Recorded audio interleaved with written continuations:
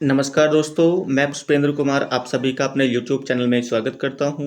दोस्तों, आज जो हम वीडियो बनाने वाले हैं, जिसमें हम बात करने वाले हैं, वो बात करेंगे द लास्ट लेसन। ठीक है, जो आपका एक चैप्टर है 12th क्लास में और बुक का नाम है फ्लेमिंगो। ठीक है भाई, देखो बिल्कुल भी हम समय वेस्ट नहीं करेंगे, हमारा एग्जाम बहुत नज़दीक आ गया है। ठीक है भाई, तो ये जो वीडियो होने वाली ना हार्डली ये 20 से 25 मिनट की होगी और आप इसको जल्दी से देख लीजिएगा और जितने भी क्वेश्चन हैं उनको लगा लीजिएगा।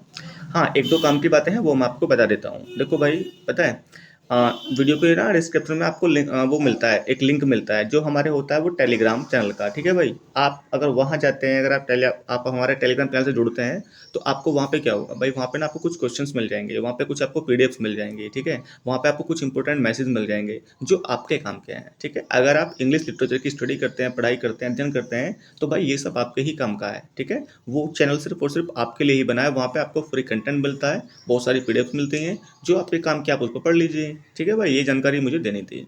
एक दूसरी जानकारी भाई ये है, देखो पता है ये जो हम वीडियो बना रहे हैं ना भाई, ये कहीं ना कहीं देखो आप लोगों के बेनिफिट के लिए है।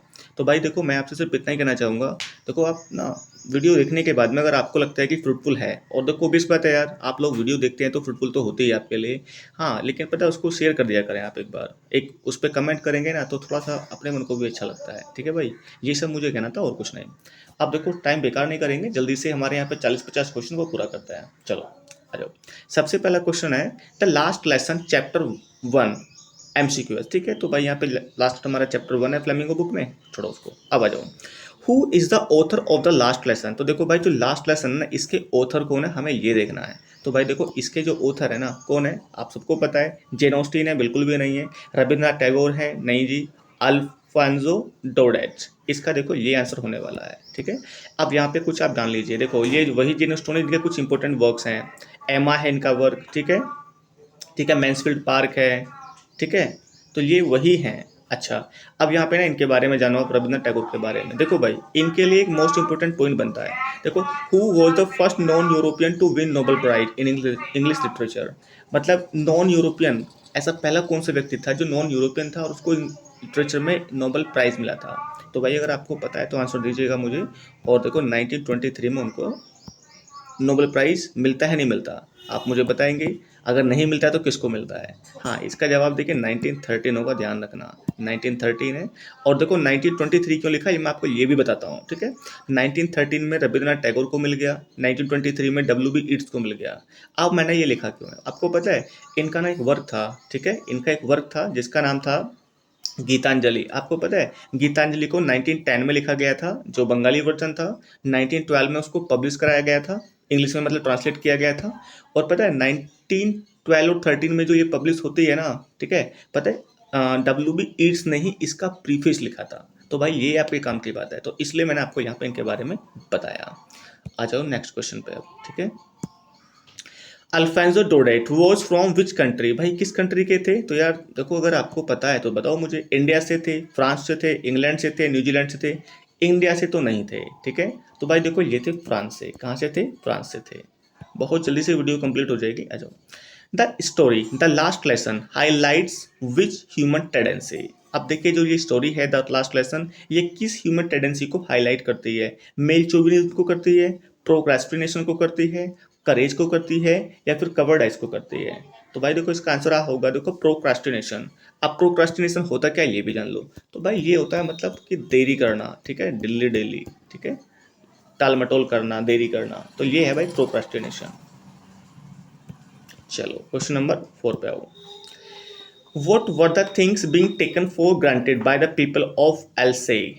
ठीक है, ALSAC Alsace। ठीक है, what are the things being taken for granted by the people of Alsace? तो भाई teachers of the school, time and school, people around, money and power. तो देखो 4 का जो आंसर होगा भाई होगा बी। क्या होगा 4 का आंसर, बी होगा, टाइम एंड स्कूल। ठीक है, चलिए क्वेश्चन नंबर 5 पे आ जाइए। What does the last lesson symbolise. देखिए जो लास्ट लेसन है क्या सिंबलाइज करता है, तो loss, loss of freedom, loss of language, loss of language and freedom. तो आई होप आप सबको आंसर का पता है, तो आंसर इसका 5 का डी होगा, loss of language and freedom. आपको पता है जब आपने इस एनसीईआरटी बुक को पढ़ा होगा तो आपने उसमें पाया होगा भाई वहाँ के जो लोग हैं ना उनकी जो फ्रीडम है वो खत्म हो रही है, और जो वहाँ की नेटिव लैंग्वेज है वो खत्म हो रही है। ठीक है, तो ये सब इस चैप्टर के बारे में हमें बताया गया है।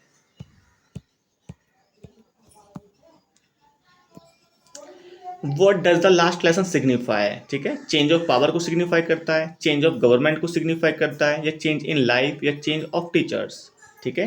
तो देखिए 6 का आंसर क्या होगा, सी होगा भाई, चेंज इन लाइफ। देखो जीवन में बदलाव आते हैं तो ना इस ये जो हमारा चैप्टर इस बारे में बताता है, चेंज इन लाइफ, ठीक है, change in life.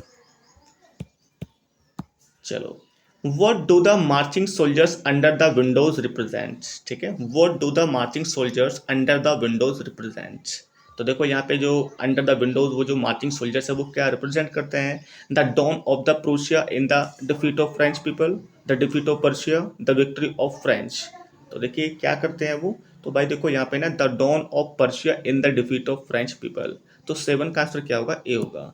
I hope देखिए जो आप ये क्वेश्चंस लगा रहे हैं ना, मैं थोड़ा इसको वीडियो को जल्दी कर रहा हूँ, थोड़ा समय भी कम है, ठीक है, और वैसे भी भाई हमारे पास में समय बच भी कम ही रहा है, ठीक है। तो जो मेरे पास में जो कंटेंट है मैं उसको जल्दी से आपको प्रोवाइड करा दूंगा। हाँ, आप जो वीडियो देख रहे हैं ना, आप उसमें देख लेते हैं हाँ कि आपका आंसर सही जा रहा है नहीं जा रहा, ठीक है भाई, वीडियो को थोड़ा पॉज करके देख लेना।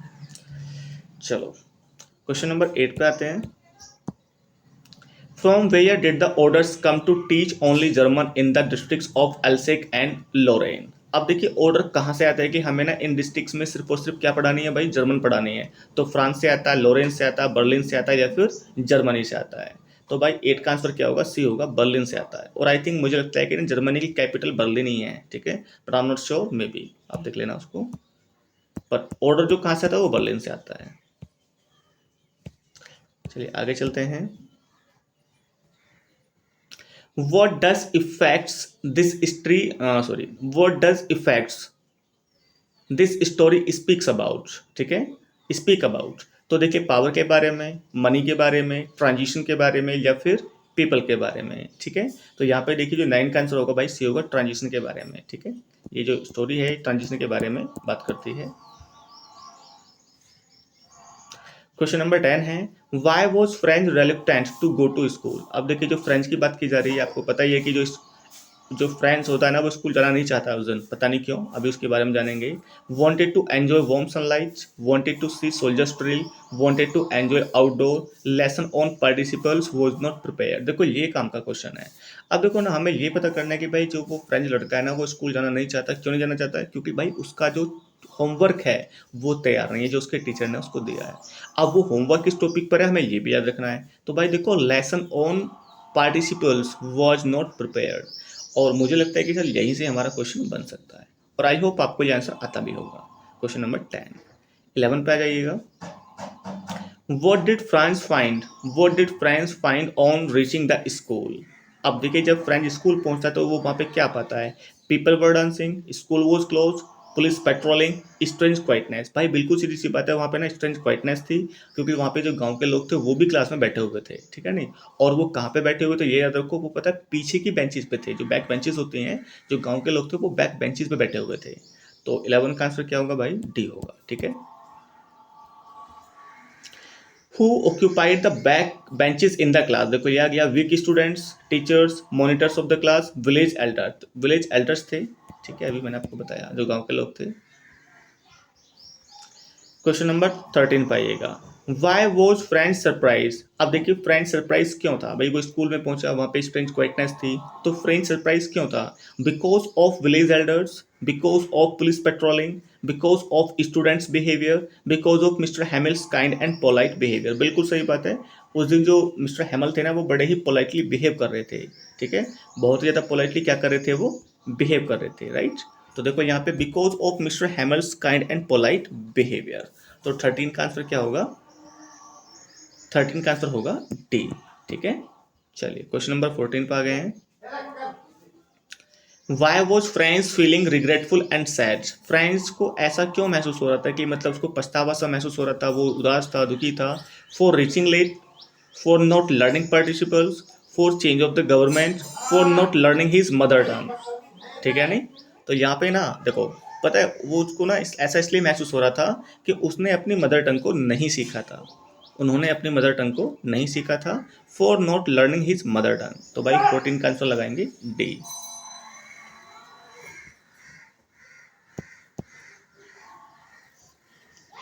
चलिए आगे चलते हैं।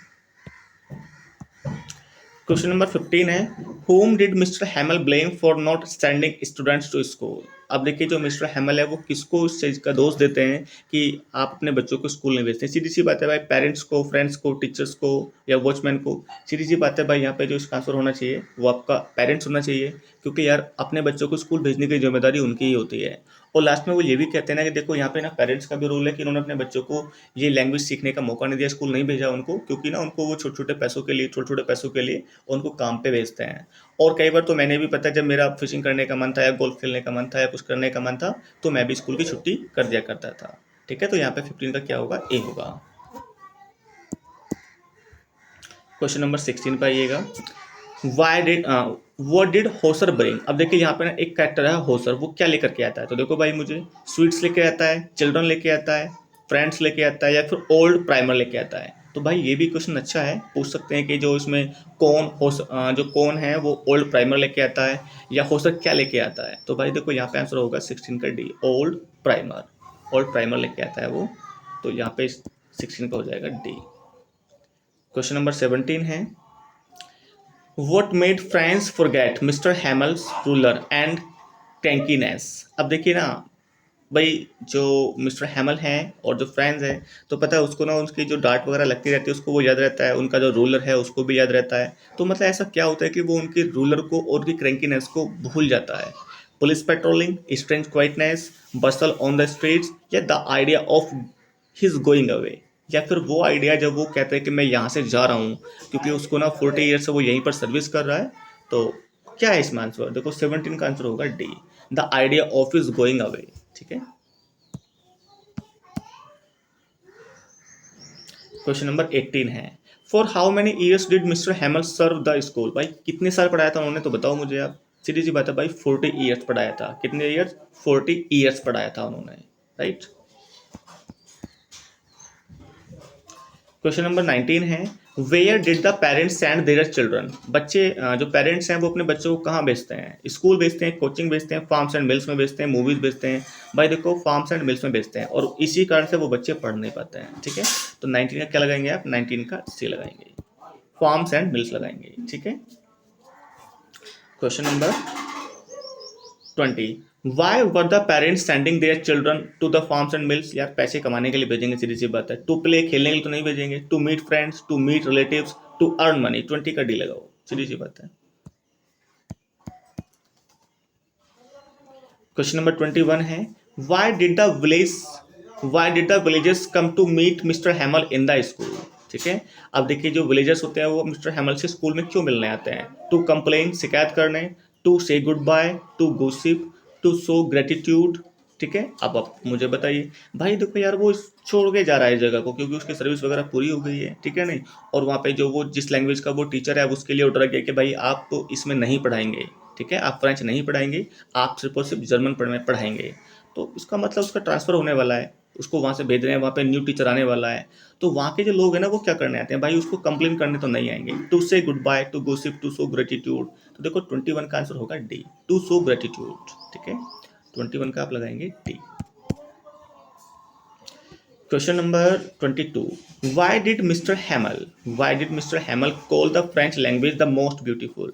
मिस्टर हैमल देखिए जो फ्रेंच लैंग्वेज है ना उसको most beautiful language of the world बोलते हैं। क्यों बोलते हैं, because it was the clearest and logical, because it was his native language, because people were from France. अब देखो ना, सीधी सी बात है भाई, उन्होंने पता ये ऐसा कोई रीज़न नहीं दिया है कि मैं यहाँ का हूँ तो इसलिए, या मुझे आती है तो इसलिए, या यहाँ की नेटिव लैंग्वेज है तो इसलिए। नहीं, उन्होंने पता है फ्रेंच लैंग्वेज को माना है क्लियरेस्ट एंड लॉजिकल, इस वजह से वो इसको बोलते हैं ब्यूटीफुल लैंग्वेज। तो 21 का क्या लगाओगे भाई आंसर, आप ए लगाओगे, राइट। सॉरी 22 है नंबर तो यार, 22 का लगाओगे आप ए। ओके, चलिए question number 23।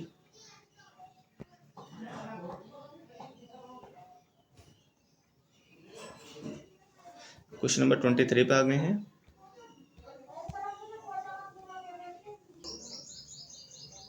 Question number 23, what was French expected to be prepared for at school that day. अब देखिए जो उस दिन ना स्कूल में उसको क्या तैयार करना था। ठीक है, क्या टॉपिक वगैरह था उसको तैयार करने के लिए, भाई सॉन्ग तैयार करना था, डांस, ऐसे राइटिंग, या फिर पार्टिसिपल्स। सबको पता है 23 का डी होगा, यही टॉपिक चल रहा था उसको पढ़ाने, मतलब स्कूल को तैयार करके ले जाना था, क्योंकि टीचर ने होमवर्क दिया था। ठीक है, चलो क्वेश्चन नंबर 24 पे आओ। When people are enslaved, what key do they have to the prison according to mister Hamel. ठीक है, देखो बहुत अच्छा क्वेश्चन है। व्हेन पीपल आर एनस्लेव्ड, जब देखिए जो पीपल हैं वो एनस्लेव्ड हैं, ठीक है, what key do they have to the prison, मतलब कि देखिए अगर वो जेल वगैरह में है, अगर वो एनस्लेव्ड है तो उनके पास में क्या है जो उनको वहां से बाहर निकाल सकती है। तो देयर बिहेवियर, पावर है, एग्रेसिवनेस है, या मदर टंग। तो भाई सीधी सी बात है 24 का होगा, क्या होगा आंसर, 24 का होगा डी, उनकी मदर टंग जो उनकी नेटिव लैंग्वेज है वो उसको वहां से बाहर निकाल सकती है, ये उसके लिए की है उस प्रिजन से बाहर निकलने के लिए। Right. Question number 25, what did French notice that was unusual that day. अब देखिए उस दिन क्या अनयूजल था, जो फ्रेंच है वो क्या नोटिस करता है भाई, क्लास में गया, वहाँ पे टीचर्स, मतलब वो जो फ्रेंच है वो टीचर हैं स्कूल में, गांव के बड़े बड़े लोग भी हैं, पीछे बेंच पे बैठे हैं, बिल्कुल चुपचाप हैं, ठीक है। तो वहाँ पर क्या नोटिस करता है, quietness in the school, soldiers in the quietness in the school, soldiers in the school, crowd in school, या फिर ऑल ऑफ दीज। भाई सीधी सी बात है, यहाँ पे देखो 25 में ना, यहाँ पे देखो क्वाइटनेस इन स्कूल, पूरे स्कूल में क्या थी, क्वाइटनेस थी। अब सोल्जर्स तो स्कूल में नहीं थे ना, वो तो बाहर थे, क्राउड में भीड़ थोड़ी स्कूल में भीड़ थोड़ी ना थी, वो तो बाहर थी। तो यहाँ पे 25 का आंसर क्या होगा भाई, ए होगा। Quietness in the school, school में ना मतलब बिल्कुल एकदम चुप्पी थी, शांति थी। तो 25 का आंसर क्या होगा, ए होगा।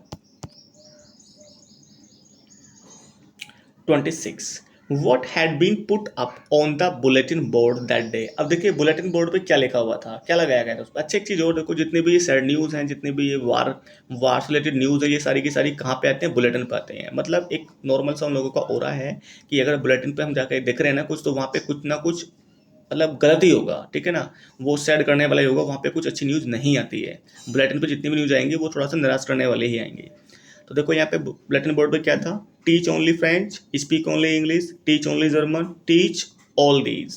तो 26 का बताओ भाई क्या होगा। भाई टीच ओनली जर्मन, जर्मन की बात कर रहे हैं ना वो, फ्रेंच को तो बंद कर रहे हैं कि इसको मतलब फ्रेंच को तो फ्रेंच में पढ़ाना बंद करो, ठीक है। तो टीच ओनली जर्मन की बात कर रहे हैं वो। 26 का सी। 28 पे आओ, 7 पे आओ।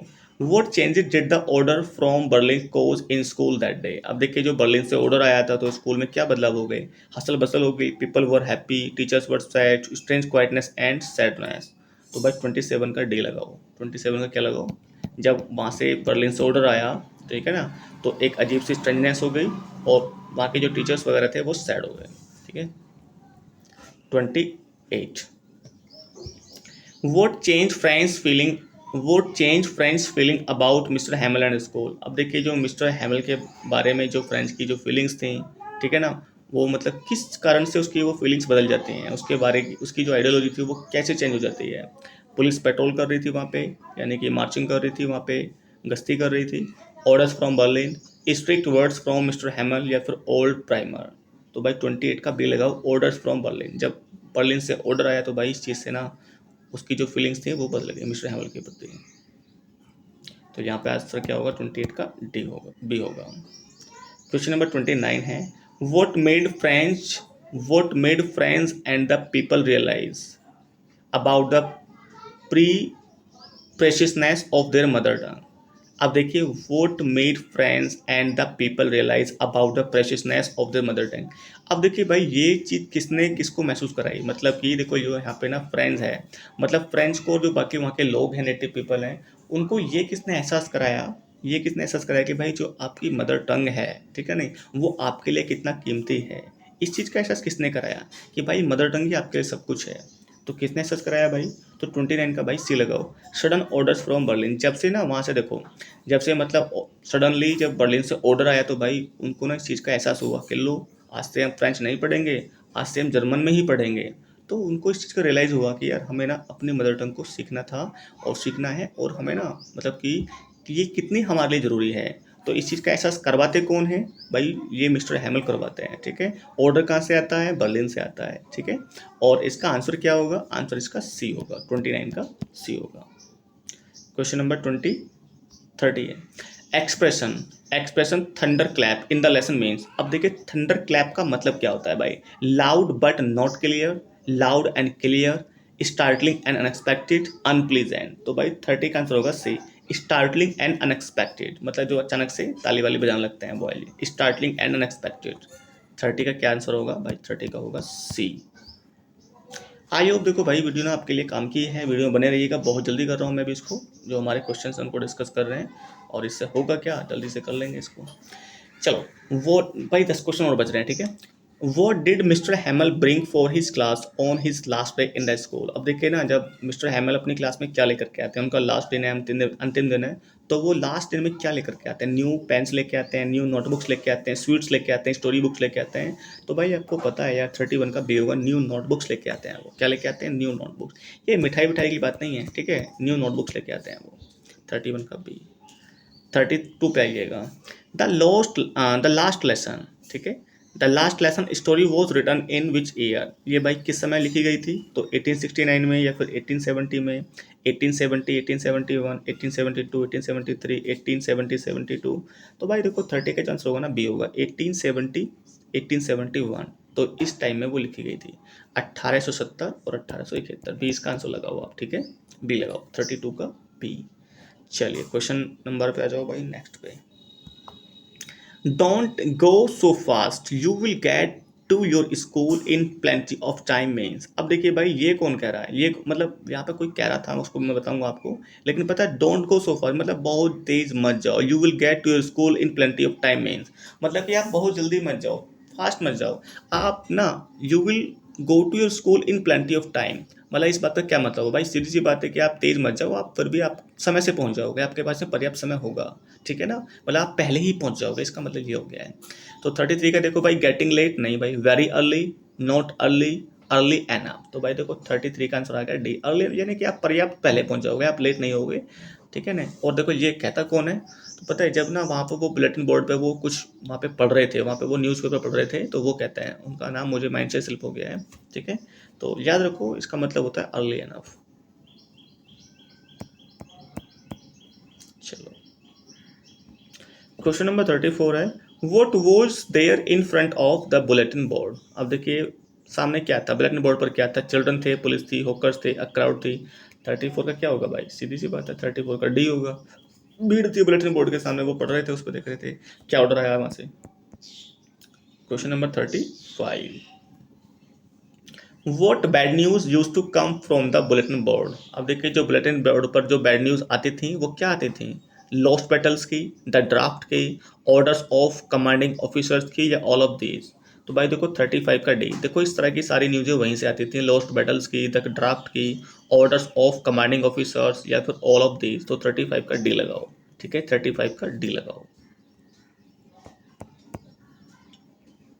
चलो नाउ 36, विच लैंग्वेज। देखो ये ऊपर ना भाई गलत है ये, ठीक है, ये गलत है, विच नहीं है, क्या होगा, WHICH विच होगा, ठीक है। Which language would the students study from the next day. ठीक है, अब देखिए कल से बच्चे किस भाषा को पढ़ेंगे, इंग्लिश पढ़ेंगे, जर्मन पढ़ेंगे, डच पढ़ेंगे, या फिर स्पेनिश पढ़ेंगे। तो भाई सीधी सी बात है जर्मन पढ़ेंगे।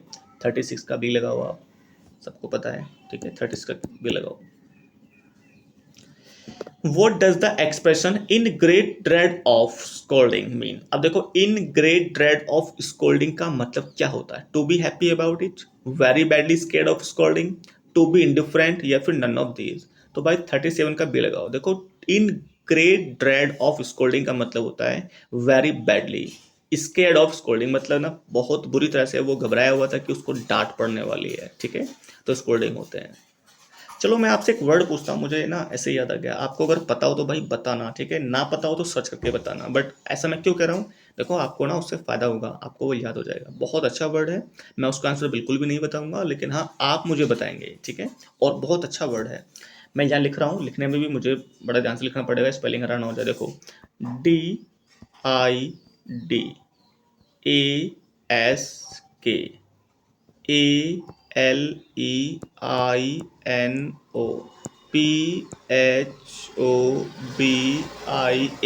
देखो ये वर्ड है। अब देखो भाई इसमें फोबिया आ गया, तो आपको पता है ये फोबिया तो एक रूट वर्ड होता है। फोबिया क्या होता है, रूट वर्ड होता है, ठीक है।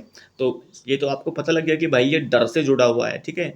लेकिन अब आपको मुझे ये बताना है, देखो पहले तो स्पेलिंग चेक करते हैं दोबारा। DIDASKALEINOPHOBI, हाँ जी बिल्कुल ठीक है स्पेलिंग, मैंने इसको चेक कर लिया है, ठीक है। कई बार ऐसा हो जाता है, गलती होती है। हाँ तो भाई आप मुझे बताएंगे डिडैस्क्लेनोफोबिया का मतलब क्या होता है, ठीक है, आप मुझे टाइप करके बताएंगे। और देखना, मतलब मुझे देखना है कि आपको आता है नहीं आता। देखो यार, सीधी सी बात है, हो सकता है ना आता हो, सीधी सी बात है, आप सर्च करेंगे तो आपको याद हो जाएगा ना, और वही हमारा मकसद है, उसीलिए तो आप भी आए हैं ना। बट हाँ, जब आप इसका मीनिंग जानेंगे ना, यू विल बी हैप्पी, और आप इसको भूलेंगे ही नहीं, आई एम श्योर। क्योंकि वर्ड बहुत, इसका जो हिंदी मीनिंग है ना, जो इसका अर्थ है, वो बहुत कॉमन है। और आप ना इसको रिलेट करेंगे उन सभी बच्चों से, अपने आप रिलेट करेंगे। और जब भी आपको वो मोमेंट याद आएगा, अपने बारे में कभी आपको याद आएगा, या बच्चों को देखेंगे आप रोते हुए लाइक दैट, ठीक है नहीं, तो आप जब भी आप स्कूल स्टूडेंट्स को देखेंगे ना, तभी तभी आपको ये वर्ड याद आएगा। और किसी भी चीज़ को जब आप बार बार रिवाइज करते हैं, याद करते हैं, तो फिर आप उसको भूलते ही नहीं हैं, ठीक है। चलो, तो भाई मुझे बता देना आप इसका। तो अब ना यहाँ पे इसका आंसर तो हो ही गया, in great dread of scolding, तो यहाँ पे 37 का क्या हो जाएगा भाई, बी हो जाएगा, है ना।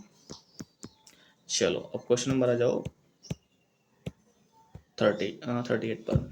Y was French was shock to see mister Hamel. अब देखिए, जो फ्रेंच था ना, वो मिस्टर हैमल को देख करके क्यों शॉक था, because of his formal dress, because he gave sweets, because he had a flower in his hand, या ऑल ऑफ दीज। मतलब वो मिस्टर हैमल को देख करके क्यों शॉक होता है, क्या था उनमें ऐसा नया, ठीक है। तो यहाँ पे देखो 38 में आप देखेंगे भाई, उसने बच्चों को मिठाई तो दी नहीं थी, ठीक है, because he had a flower in his hand, उसके हाथ में फ्लावर था, नहीं भैया ऐसा कुछ नहीं है। Because of his formal dress, उस दिन ना उन्होंने फॉर्मल ड्रेस पहनी थी। और ऐसे वो कपड़े कब पहनते थे, जब स्कूल में कोई प्राइज वगैरह देना हो, या फिर कोई स्कूल में ओकेजन हो, तब वो ऐसे कपड़े पहनते थे, तो इसलिए वो शौक था, है ना। तो 38 का ए लगाओ। 39, vote attitude of mister हैमल surprise friends. Mister हैमल का जो एटीट्यूड था, क्या वो एटीट्यूड था जिससे फ्रेंड सरप्राइज हो गया था, soft and kind, rude, firm and strict, none of this. तो भाई देखो, उस दिन तो यार सॉफ्ट एंड काइंड थे ना वो, उस दिन तो सॉफ्ट एंड काइंड थे। तो 39 का ए लगा दो। और हमारा आज का क्वेश्चन है लास्ट, ठीक है भाई। हाँ, who was mister हैमल, who was mister हैमल। तो देखो यहाँ पे हु वॉज मिस्टर हैमल कौन है भाई, ए स्पाई हैं, लैंग्वेज टीचर हैं, सोल्जर हैं, स्कूल प्रिंसिपल हैं, कौन है ये। तो भाई देखो, हु वॉज मिस्टर हैमल, तो भाई एक लैंग्वेज टीचर हैं, ठीक है।